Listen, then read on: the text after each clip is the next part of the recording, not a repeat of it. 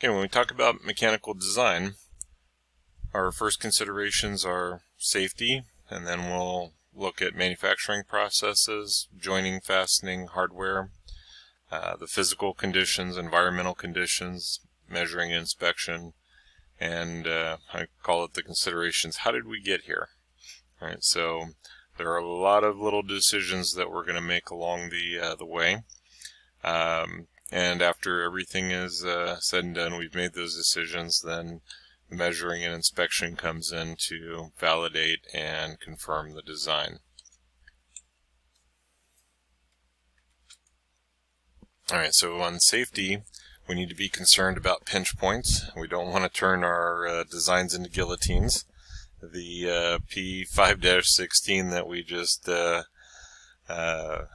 created the assembly and the drawings for has a pretty significant pinch point.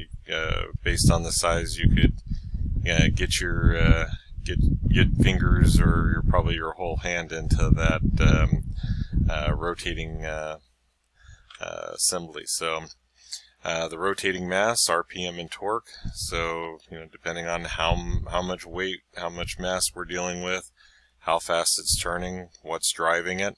Those are all considerations. So again, actuation, force, and frequency. Are we setting up vibrations? Is there going to be an excessive amount of load? Are we measuring in grams, or are we measuring kilograms, or in metric tons or tons? So mass is tipping points, center of mass. The body has to be stable. Is it going to get too hot, too cold?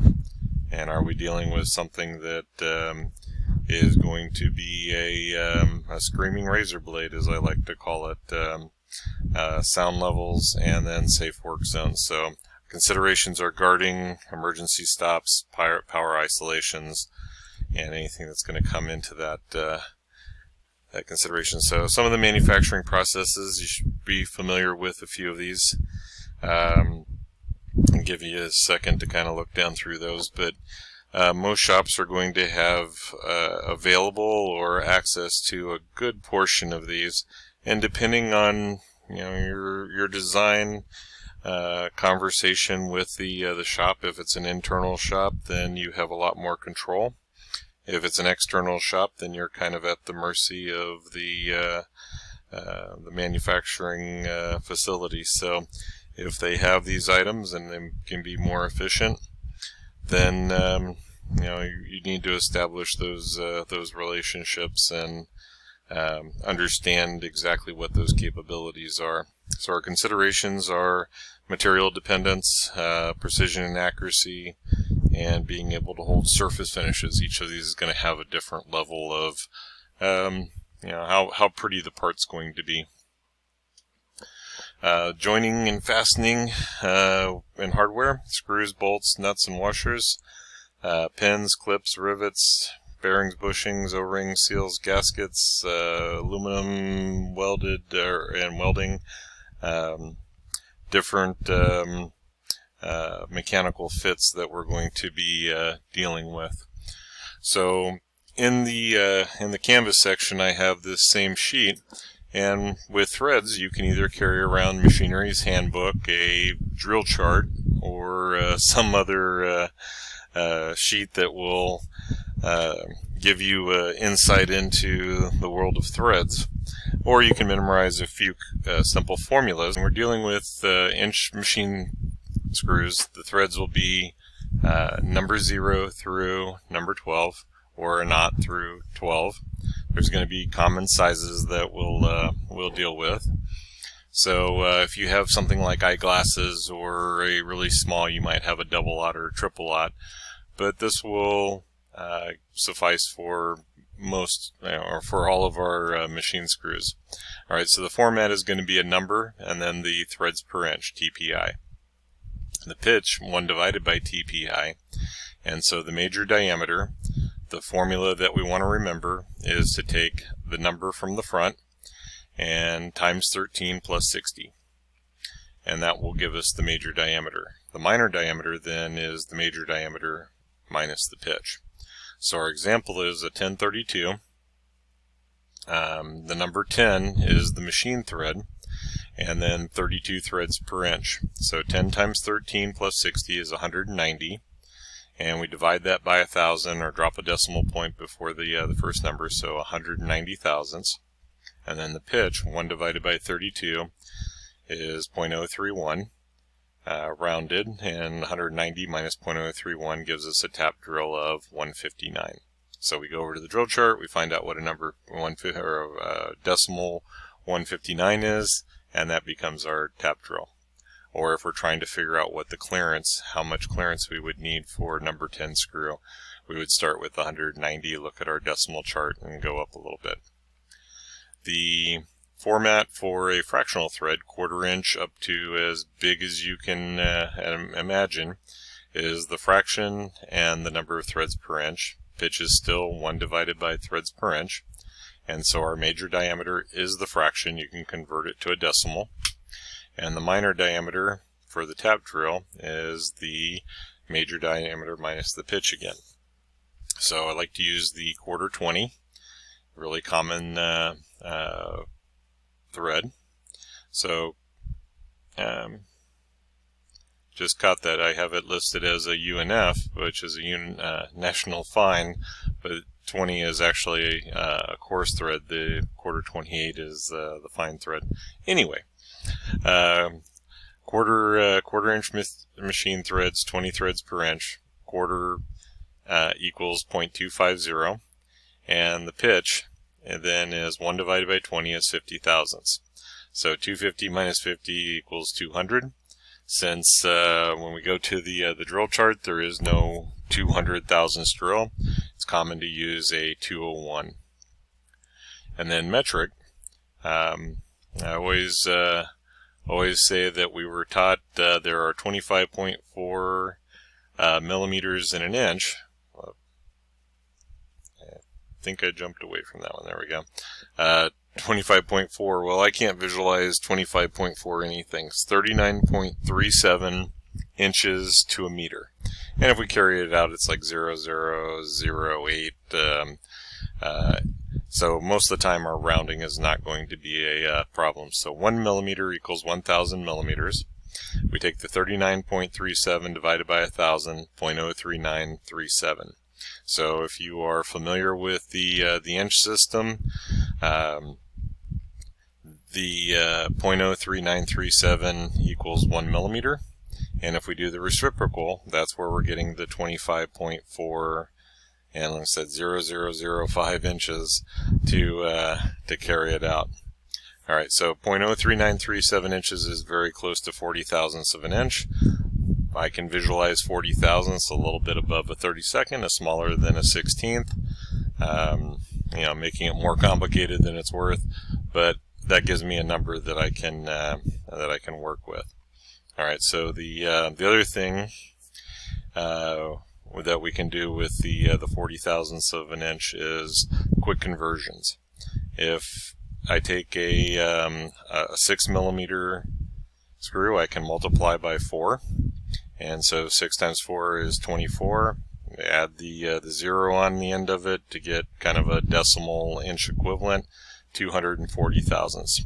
The actual is about 236 thousandths, but I'm within a standard tolerance to very quickly get a conversion. So I can convert reasonably well between metric and inch, just remembering that times 4. All right, so the format of a metric screw is the metric M number, and then times the pitch, by the pitch.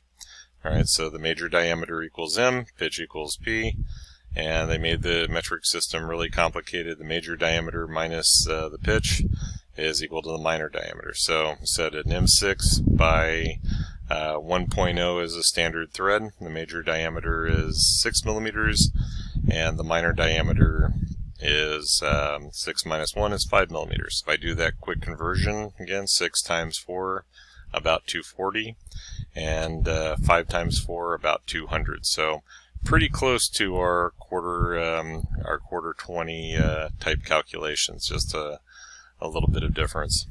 All right, so threads are really really interesting to get into. All right, so our physical, we have static and dynamic. Various things that we're going to look for in our design. Within the design, if it requires air pressure, water, hydraulics, any type of power, then you are responsible for getting it there. Electricity included. And then you're also going to be responsible for gravity. The objects occupying space, the software doesn't really care. So we're looking for those types of interferences and the things that can come from it. So this is where the finite element analysis or the simulation comes in. Environmental considerations. Are we going to be dealing with a corrosive environment? Is there outgassing? Is the materials that we're using going to release substances, or is it going to absorb substances and affect the properties? Lubrications, thermal, toxicity, mainly toxicity to us and any life that's around it, and then reaction to any chemicals, any other that it may come into contact with. All right, so this is part of our product life cycle management. Is we are bringing this thing into existence. We're going to use it for a certain amount of time. We hope that it lasts forever and continues to make and do whatever it's supposed to do. But at some point, it is probably going to be replaced, and we need to think about our sustainability, what it's going to be recycled, reused, repurposed as. Our measuring and inspection, the standards organizations, we have ISO.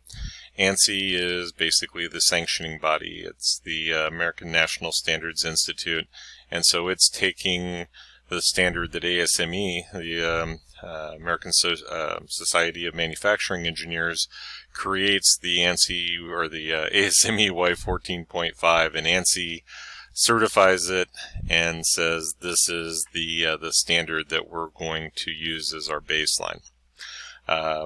The Society of Manufacturing Engineers, and then the Society of Automotive Engineers.